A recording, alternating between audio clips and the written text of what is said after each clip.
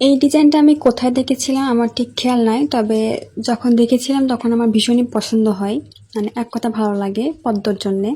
তারপরে আমি পিকটা সেভ করে রাখছিলাম, কিন্তু যখন আমি ডিজাইনটা শুরু করি তখন আমার কেন জানি মনে হচ্ছে যে মানে আমার কাছে মানে ভালো লাগছিল না। মনে হচ্ছিল যে এই ডিজাইনটা মানে দিলে খুব একটা ভালো লাগবে না, কিন্তু তারপরেও মনে হলো যে না, ছবিতে যেহেতু সুন্দর লাগছে অবশ্যই একটু ভালো করে কাজ করলে বা মন দিয়ে কাজ করলে সুন্দর লাগবে দেখতে। কিন্তু আমি এখানে এসে মানে যাকে মেহেদি পরা যাচ্ছে, কতটা ভিডিওতে বললাম যে বহুত কথা বলে, তার এখন একটাই কথা, মানে ও তো ঘুমায় গেছে, আমি আমার মতো ডিজাইন করছি, ওর ওটা ভালো লাগেনি। তো আমি যখন মানে ডিজাইনটা শুরু করছিলাম তখন হচ্ছে ওই পাতা উঠানো দেখে মনে হচ্ছিল যে ডিজাইনটা অনেকটা ফুটে উঠবে, কিন্তু যখন আমি তালুর মধ্যে কাজ করি তখন আমি ডিজাইনটা একটু ভুল করে ফেলি।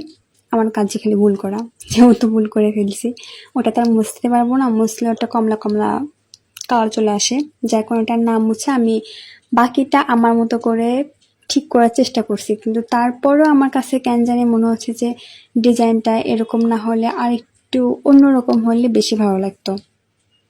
কারণ পদ্মর কারণে যে কোনো ডিজাইনই সুন্দর লাগে, আর পাতা দেয়া থাকলে ভরাট কাজ সেটাও অনেক সুন্দর লাগে, যার কারণে আমি ডিজাইনটা দেখছিলাম আর ভাবছিলাম যে এটা হাতে দেওয়ার মতো একটা ডিজাইন। কিন্তু এটা আমার মানে আমার ডিজাইনটা যেমন দেখছি তেমনটা আমি হাতের মধ্যে ফুটায় উঠাতে পারিনি, কারণ কেমন যেন আমার কাছে ভালো লাগছিল না। যেহেতু একটা ডিজাইন শুরু করার পর ওই ডিজাইন যদি একটু ভুল হয় বা ওটা যদি মুছে ফেলতে হয় তখন ওটার প্রতি আর মন আসে না, মনোযোগ দিতে পারি না। কারণ আমার কাছে শুধু এটাই মনে হয় যে ডিজাইন তো মিস করে ফেলছি, ভুল তো হয়েই গেছে, তাহলে এই ডিজাইনটা আর ঠিক করি বা কী করবো। যতই মন দিয়ে তখন কাজ করি না কেন তখন আর ওইটাতে আমি ভালোভাবে কোনো ফিনিশিং দিতেও পারি না, আর ওই ডিজাইনটা আমি ফুটা উঠাতেই পারি না। আমার কাছে কেন জানি মনে হয় যে ডিজাইনটা নষ্ট হয়ে গেছে, তাহলে এটাকে আর ঠিক করে কি হবে। কিন্তু তারপরেও যে মনে হয় যে এটা যে একটা হাতে দিচ্ছি বা এটা একটু সৌন্দর্য আনা দরকার।